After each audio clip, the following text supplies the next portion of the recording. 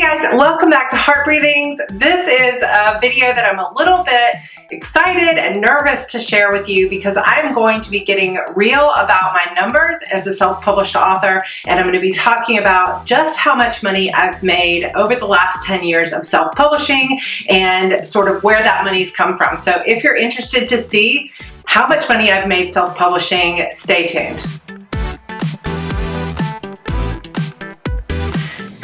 Okay, so this is one of those kind of nerve-wracking, transparent videos, and I will go ahead and tell you that I haven't gone through, because it would take me a long time to get like exact down to the penny kind of numbers, and I haven't seen like exactly how much I've spent on advertising, etc., etc. But I am going to give you an overview that is pretty darn accurate. So what I'm going to do is I'm going to take you through how much money I've made overall, how much money I've made from each vendor out there, meaning like Amazon, Google Play, Barnes & Noble, etc. I'm going to break that down for you. Then I'm going to talk a little bit about how much I've spent over the years on advertising, editors, and that sort of thing. I'm not going to get really granular about that, but if you'd like to see another video in the future where I do break it down a little bit more specifically, let me know in the comments down below. But for now, I've got a tiny baby at home and I just didn't have time to like go in and do all of that math. But then I'm also going to talk to you about why I think I've been able to make this kind of money and make a successful career for myself despite doing some things a little differently than others do. And I'm going to talk about some of the mistakes that I've made along the way that I think could have, if I hadn't made those mistakes, could have made a big difference and maybe even doubling how much money I've made. And I'm hoping will give me over the next decade more income overall in my writing journey. So let's get started. So if you're new to my channel, I just want to briefly introduce myself. My name is Sarah Cannon. I am the YA author of more than 25 self-published books. So back in 2010, October of 2010, I started my own self-publishing company called Dead River Books, which that title is from a video game called EverQuest 2, where I played and met my husband, George, and he is truly my soulmate. Long story short, I won't go into my entire self-publishing story, but in 2010, instead of going the traditional path like most people were at the time, self-publishing really spoke to me. And even though the majority of people in my life told me it was a huge mistake and I was going to be ruining my career, I just heard this voice inside myself that said, this is your path. You can have control of your career. You can get your books directly into the hands of readers without the gatekeepers, without the drama of traditional publishing, without the waiting game of traditional publishing. You can write your book and immediately put it in the hands of readers. So take a chance on yourself and get going. So I published my very first book. Now, this was not the first book I wrote, but this was the first book I published. It was called Beautiful Demons, and I published it in 2010. So October 29th, 2010 is when this journey began. Now, I started publishing at Amazon's KDP, which is Kindle Direct Publishing. And when I first started, a lot of the other vendors weren't even available to me. So KOBO Books wasn't available. I couldn't get into Apple Books or what was called iTunes, I think still at the time, or it might have been called iBooks, I can't remember, but that wasn't something I could get into as an indie author. I also couldn't get into like Google Play Books. I don't even think it existed back in 2010, but I did manage to self-published the very first month that Barnes & Noble had a self-publishing arm, which back then was called Pubit. So when I first started, I published to Kindle and Barnes & Noble, and actually found success at Barnes & Noble a lot faster than I did at Amazon. Amazon took a little bit of time, but I published my first book in October, and not out of any type of strategy, but just out of pure desire and love and excitement for the books, I published my second book in December. So I wrote that second book pretty quickly, but these were pretty short books, like 50,000 words. Then my next book came out in February. So something that I sort of lucked into in a way was a sort of rapid release strategy. Now, again, there's so much to say about this, so I won't get into it because I don't want this video to be like forever long. But that rapid release strategy of about 2 months apart worked extremely well for me, even in the beginning back in 2010. And it's still a strategy that works really well today. However, I think that some people are going kind of extremes on it. So if you want to hear more about whether you should rapid release your books, meaning release them back to back really fast, please subscribe to this channel and make sure you check out my video next week, because I am going to be talking specifically about that subject of rapid release. But anyway, over the course of the last about 10 years, I have written and self-published 25 novels. Most of those novels have been in the young adult contemporary fantasy genre. I do have one series, which is called the Fairhope series, that is a new adult, meaning college age, contemporary romance series. So that one's a little bit different. Then I do have a spin-off series of my main Shadow Demon saga, which is a YA series that is more of a college age urban fantasy type series. So it's a spin-off, so it occurs in the same world. But that's basically my catalog. Most of my books, and definitely my best-selling books, are young adult books. So that's going to come into play in a little bit when I talk about, you know, writing what you love and whether you can make money writing YA. So let's get down to the numbers, which I know is why you're here. So over the course of the last 9.5 years, I have made about $1,150,000 self-publishing my books. And just saying that, like, I know it's spread over the course of about 10 years. It's just so exciting, because when I first started out, I remember that first month, October, you know, was only a few days, but that first month, November, first full month of having that book out, I thought, you know, it would be so exciting to sell, you know, even 50 copies. And I told my friends and family, and it was only 99-cent book. And, you know, I saw those little sales coming in, and every single one was so exciting. And I remember saying, George, I sold another one, you know, and just being that excited about it. And I never really dreamed that I would be sitting here 10 years from then, like, with over $1 million made in self-publishing, which has been made with 99-cent to $3.99 books. I've never had, other than a couple of box sets that were a little bit higher priced, I've never had a book that's higher priced than $4. So to say that I have actually made almost $1.2 million off of basically making anywhere from 35 cents to $3.75 per transaction is pretty huge. So that's where we start. So let's kind of break that down into vendors, meaning where have I sold those books. So here's the breakdown. Amazon is at the top, and this is the way it is for most authors. And of course, nowadays, a lot of people are going all in on Amazon with Kindle Unlimited. And again, that's another topic for another time, because I could talk about that for a long, long time. I personally do not put my books into Kindle Unlimited, and I have a lot of reasons why. But again, another video for another time. So if you're interested in that, make sure you leave a comment down below and let me know you'd like to hear my opinions about Kindle Unlimited. But Amazon is the number one, and I'm going to be looking down a little bit because I've got my numbers written down in front of me. So Amazon I have kind of broken down into the US, the UK, and then everything else. So in the United States, I have made $393,000 on Amazon alone.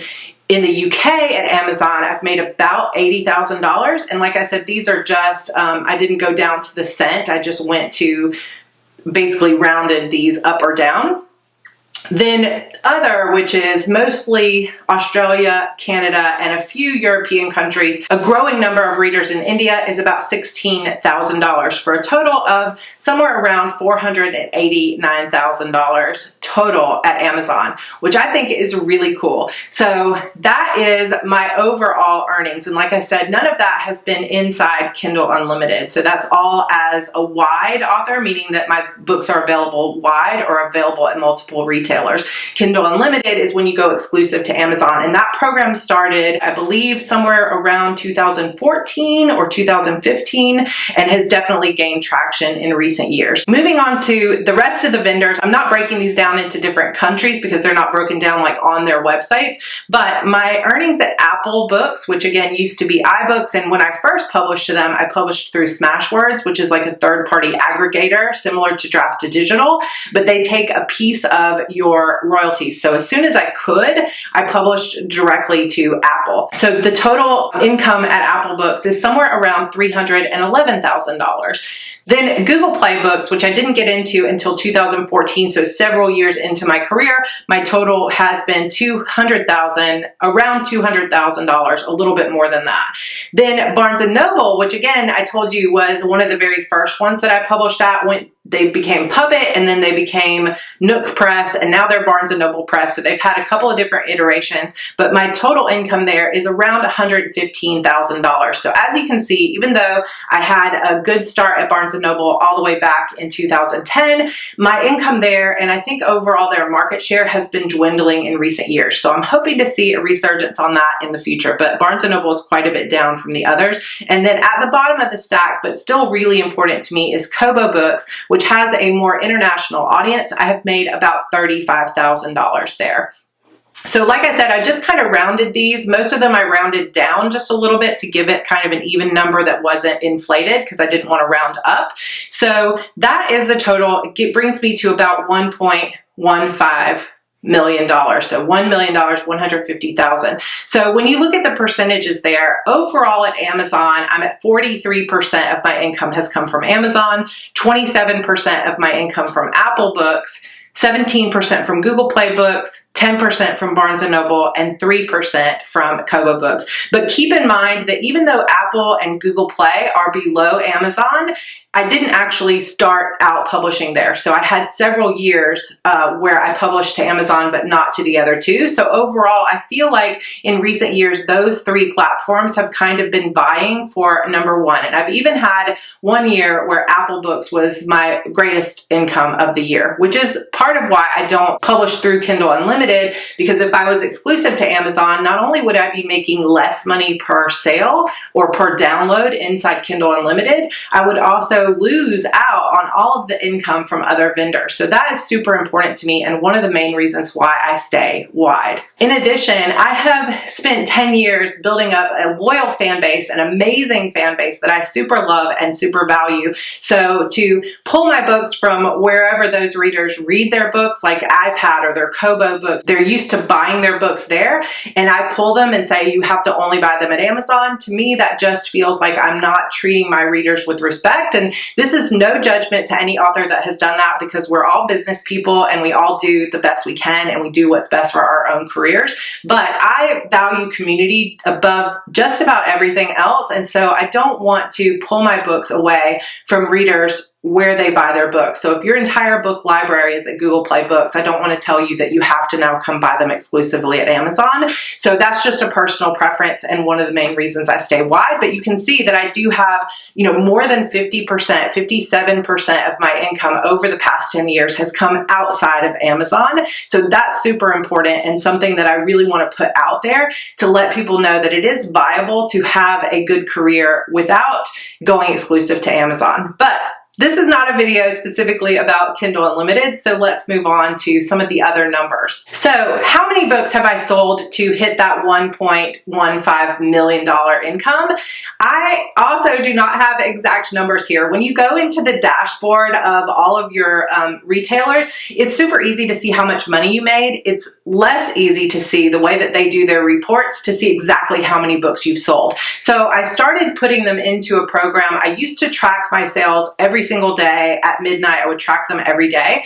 But once you get 25 books in, it gets really difficult. Plus, I had a dip there in income and in book sales for a while, and it started to really depress me. I'm going to do a video soon about my Dragonfly story, which let me just take a moment here to also say a little bit off topic, but to say I've talked about my love of dragonflies for a while and how it has had a an important impact in my writing career. And for my birthday last week, I got a couple of gifts in my P.O. box that just totally brought me to tears and were so sweet. One of them being this gorgeous dragonfly mug that says, "Not all who wander are lost." And I just absolutely love this. This came from Dakota Rebel. So Dakota, if you're watching this, thank you so much for this gorgeous mug.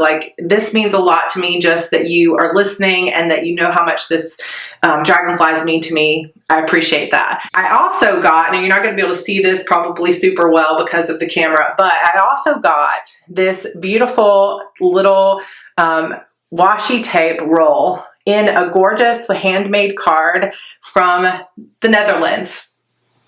I have no idea who sent this because there was no name on it. It just had a beautiful message and this gorgeous roll of Dragonfly washi tape. So if you sent that, please comment below that it was you if you would like, or send me an email because I don't know who it's from, but it really touched my heart and I truly appreciate it. I also got a couple of really nice letters and a book in the mail last week. So thank you so much for everyone who has sent those. So moving on, but I will tell my Dragonfly story coming up. I have a giveaway going with that as well. So stay tuned for those videos coming up. But like I said, I don't know exactly the number and I stopped tracking my daily sales because it started to put my focus on things that were not the writing and my love of writing. So I don't have exact numbers, but I can tell you it's getting very close to 750,000 sales. So last time I looked for sure, it was about 685,000 was the last concrete number that I had, but that's been more than a year and a half ago, maybe even 2 years ago now. So I may have even passed 750,000. I'm not 100% sure. And that number and this income, just to let you know, does not include any like bonus things that I've done. So I've got books in anthologies and box sets with other authors. So I'm not including any of that income and I'm not including any of those book sales. If I included those book sales of like box sets and things that I've done with other authors, it would be well over 1 million books sold. And technically, those are books that I sold, but I'm only counting the books that I've sold purely on my own merits with only my name on them because that just feels a little bit more authentic. Out of those about 750,000 sales, the majority of the sales have come from my Shadow Demons saga, which is a young adult contemporary fantasy series. This series has 10 books in it, as well as a side novel called A Demon's Wrath and a novella called After Midnight, and then a spin-off series called Sacrifice Me. So this world has a lot of words in it, a lot of backstory and things like that. And this is where my most loyal fan base lies. Now we will see what happens when that series ends this year because I have book 11 hopefully coming out this spring. And then the final book in the series, book 12, I'm hoping to have out before the end of the year. I would love to publish it on October 29th because that would be my 10-year anniversary. And I just think that would be like just beautifully like symmetrical, but we'll see. And also there's a worry inside me that like maybe once this series is over, a lot of my fans won't follow me to the next thing, but we'll just have to see how it goes. And I'll keep you guys updated here on this channel, kind of how that works and whether my fans stick around. But for now, 2 books left in that series. And that's where the majority of my fans have come from. So that very first book I published, Beautiful Demons, that is still the series that I'm writing and it's still my best-selling series. So I don't have a breakdown of exactly how much I've spent on my like artwork or my edits or my advertising. But when I say that I've made $1,150,000, that is pure like gross income. So that's everything that I've earned except for the extra box sets and things like that. So that's what I've earned on my books. Then you've got, of course, expenses. And this is where things can get a little bit tricky because a lot of times right now, you'll hear people say, oh, I made $20,000 this month. But when you dig into the details, you realize that they spent $15,000 or $19,000 on their advertising, because what didn't exist back in 2010, but that's very prevalent and important in today's marketplace is advertising. So not only do you have like newsletter type advertising like BookBub emails that blast to newsletter readers deals on books, you also have AMS ads, which are Amazon ads that you'll see kind of below each book in the Amazon store. You also have BookBub CPM ads or BookBub click ads, which is where you're not featuring your book in their newsletter, but you're advertising, like pay per advertising, which is a slightly different thing.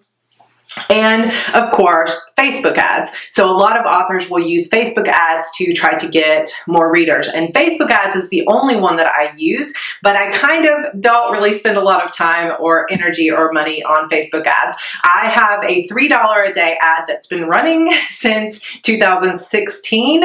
So it's just one of those things that just keeps running and keeps bringing people to my books, but I haven't like done a lot with that. So there's probably a lot more, there's definitely a lot more I could do if I spent a lot of time on advertising. But I will just say that is not part of what success is to me or what my ideal life looks like right now. I would rather spend my time with my family, time on YouTube, and time with writing my books than like spending hours poring over ads or tens of thousands of dollars working with ads. So taking out a lot of advertising is definitely a viable way to make more money self-publishing, but I also wanted to talk about the fact that my average ad spend in a year is somewhere usually between $3,000 and $4,000. Let's say the average then for the past couple of years has been about $3,600 for the whole year. That means I'm spending around $300 a month on advertising. And the way that breaks down for me is, like I said, a $3 a day Facebook ad, which times 30 days means about $90 to $93 a month on Facebook ads. Then the rest of that money, which is about $200 to $210, is generally spent on those type of BookBub type ads. So what I'm talking about, like newsletter ads, and we do cover this in my Publish and Thrive course, which is open right now. If you want some information, I've linked it for you down below. But those types of what I call newsletter ads are things like BookBub, FreeBooksy, Robin Reads, BookDoggy, and those kind of places where readers have signed up to get deals. So I advertise on those sites. So I spend about $200 a month on those, and I keep a rotating like promotion schedule. And that's all I do in terms of ad spend. I don't do AMS ads, I don't do BookBub CPM ads, and I don't really do a lot of Facebook ads. I would maybe consider doing more in the future because I know for sure that if I did more, I would probably make more money. But right now, I just haven't wanted to invest the time, and I wanted to let you know that it is viable and it is possible to have a flourishing career in indie publishing without spending tens of thousands of dollars a year on advertising, let alone a month, because there are many people out there spending $5,000 to $10,000 a month on advertising. So I just want you to know that you don't have to, and there is a way to be successful without doing that.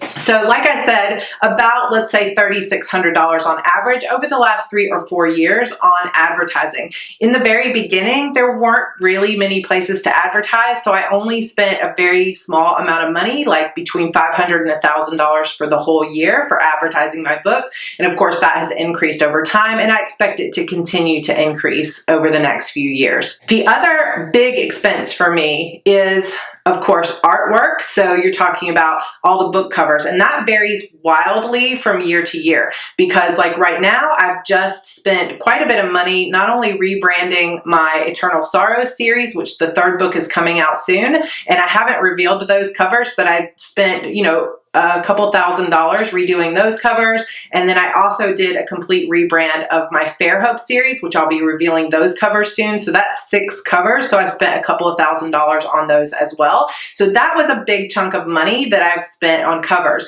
But last year I also didn't publish any new books. So I didn't need to buy covers for books that, I was putting out because I didn't put any books out last year. I had a baby instead. So some years I spend as much as $5,000, maybe $6,000 on cover art.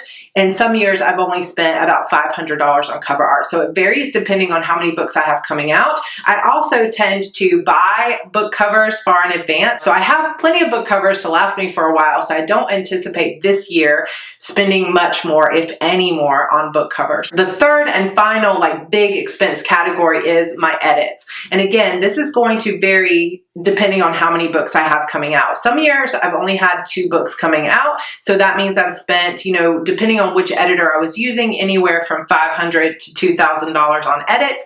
Or in 2018, I had 5 books coming out. So I spent several $1,000s on edits that year. So overall, I've had about $3,600 a year on advertising. And then if I had to say an average for artwork and edits, I would say $4,000 a year on artwork and edits. So that total equals a little under $8,000 a year. Okay, so just a few more things that I want to cover. So first of all, young adult.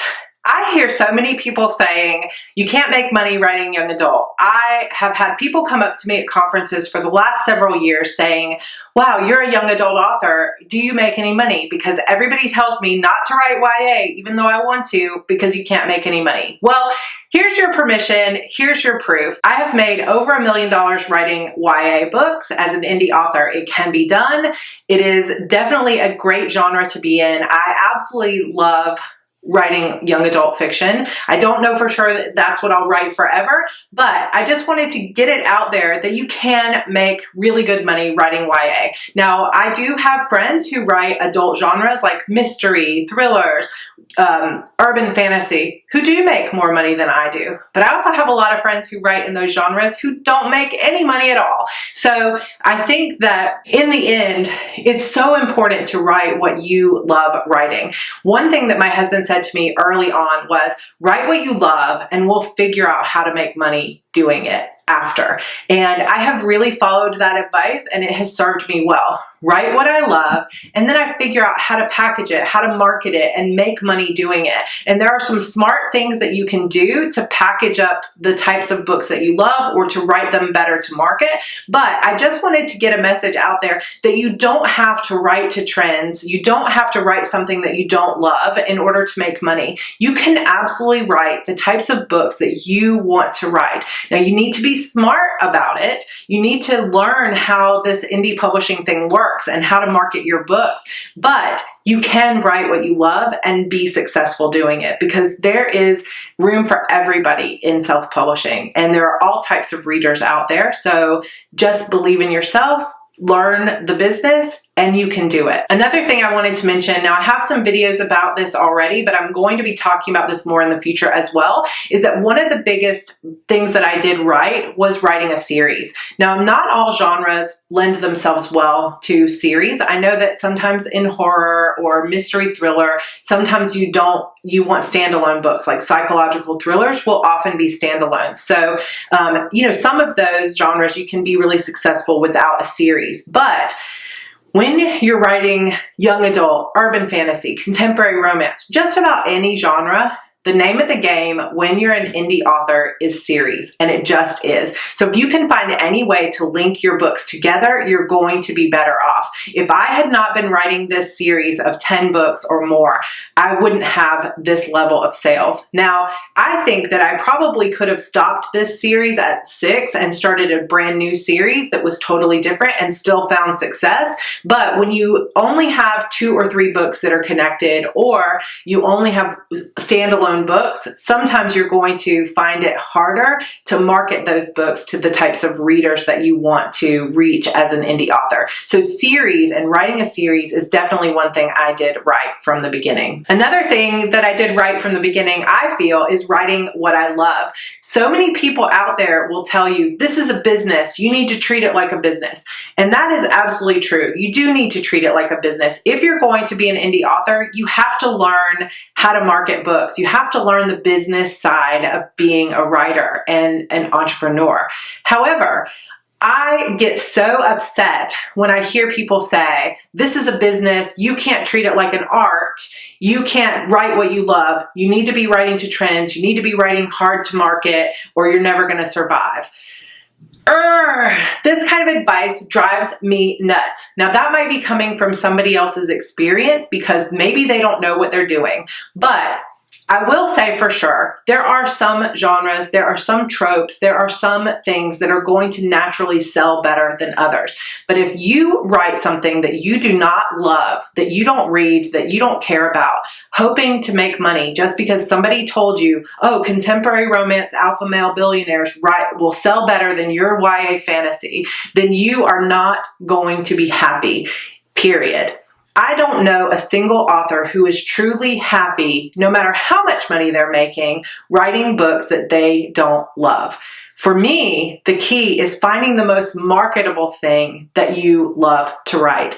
And if you can find that sweet spot between what's going to sell and what's already established genre, what's an idea that's going to reach readers, that's going to intrigue readers, and what do you most love to write, if you can find that place where those two things meet, you can have the career of your dreams. But if you don't pay attention to the market at all and you just write stuff that you think is fun, but it doesn't really fit anywhere, you're going to probably struggle. But on the flip side, if you write to market, you write to trends, you hustle as fast as you can, and you're writing things you don't like, and you're, starting to turn to ghostwriters, and you're pushing yourself as hard as you can, you're likely not going to be happy long term. You may make money in the short term, but I also feel that overall, in the long run, readers start to tell whether a writer is passionate about the work they're doing or not. So if you just jump on trends and you're not having fun with it and you're not enjoying what you're writing,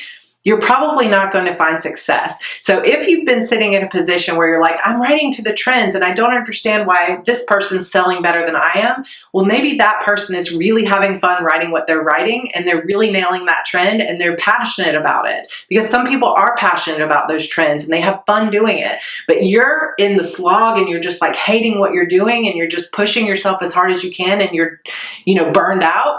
That's why you're not finding success. And I promise you, you will find more success stepping back from the trends or the hustle or what other people tell you to write and just writing what you love.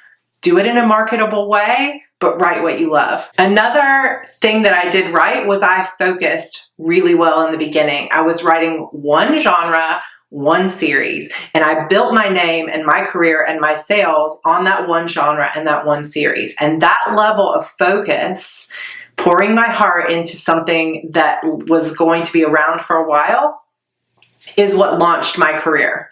Now, that I've covered that, let's talk about some of the mistakes that I've made along the way, because I really and truly feel like I had a lot of momentum over those first 5 years. And then over the last 5 or 4.5, I have lost some of that momentum because of mistakes that I've made. So if I hadn't made these mistakes, maybe I'd be sitting here telling you about my $2 or $3 million income instead. So be it. Sometimes we've got to learn the hard way, and that way I can share my mistakes with you so you don't make them too. So one of the biggest mistakes that I made was doing exactly what I was just talking about. Once I started finding success and making money, I felt the pressure. I've got to keep it going. I've got to keep my fans excited. I've got to, oh my gosh, I'm starting to make money. I want to make more money. And I started focusing on the wrong things. Now this plays very much into my dragonfly story that I'll talk about next week. But the more I started to focus on only the marketing and what can I write that's going to sell better and how can I do this,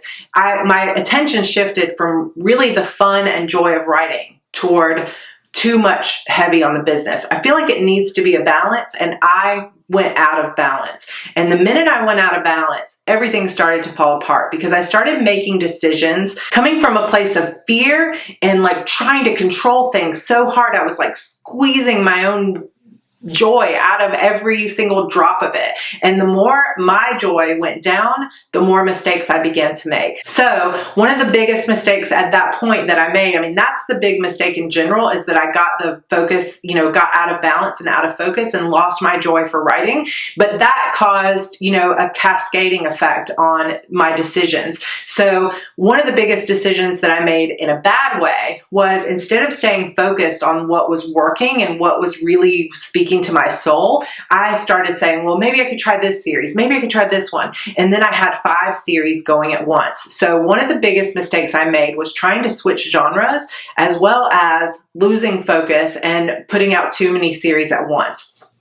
Even though I was trying to find my joy again, what happened was I was writing 5 series, but I'm not a person who can write more than 5 books a year. So in indie, you need to have consistent book releases in a single series. So when I was writing 5 series, I was only able to put out 1 book or less per year in each series. And that is just a terrible, terrible way to run your career as an indie.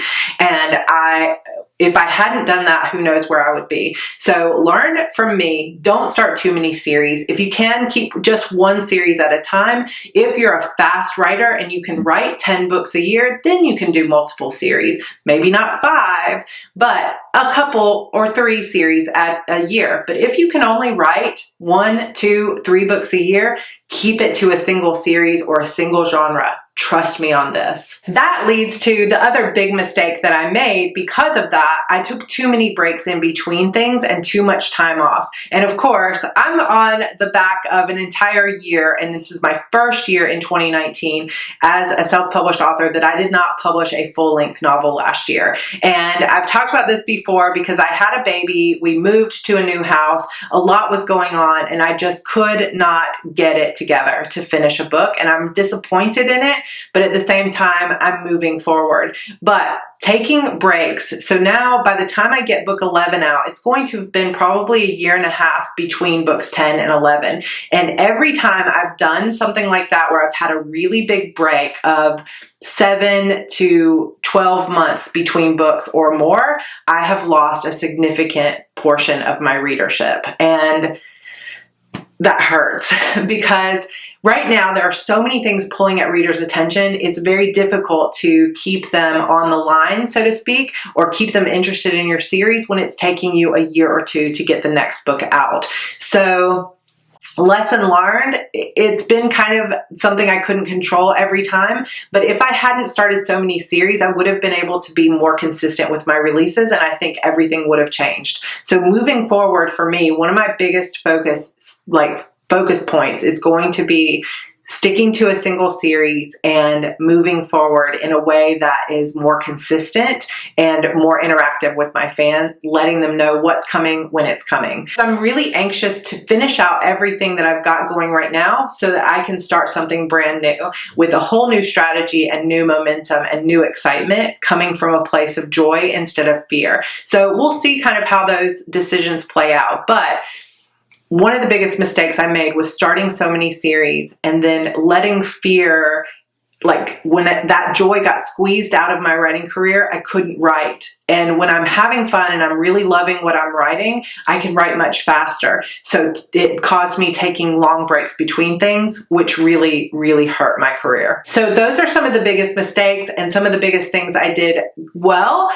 And that is an overview of how much money I've made self-publishing, how much money I've spent on art, edits, and advertising to get to where I am, and some of the things that I'm planning to do in the future. If you enjoyed this video and would like to see other videos like it, make sure that you subscribe to my channel, hit that notification bell so that you will be notified when new videos come up from me. I hope that you will also check out some of my books. I don't really advertise them too much here on my channel, but if you want to start my Shadow Demons saga, I have a link to that down below where you can get the first 3 books of that series free, and it's a good time to catch up because book 11 will be coming out this spring, and then like I said, hopefully book 12 in the fall. So I'd love to have you check out that book that starts with Beautiful Demons.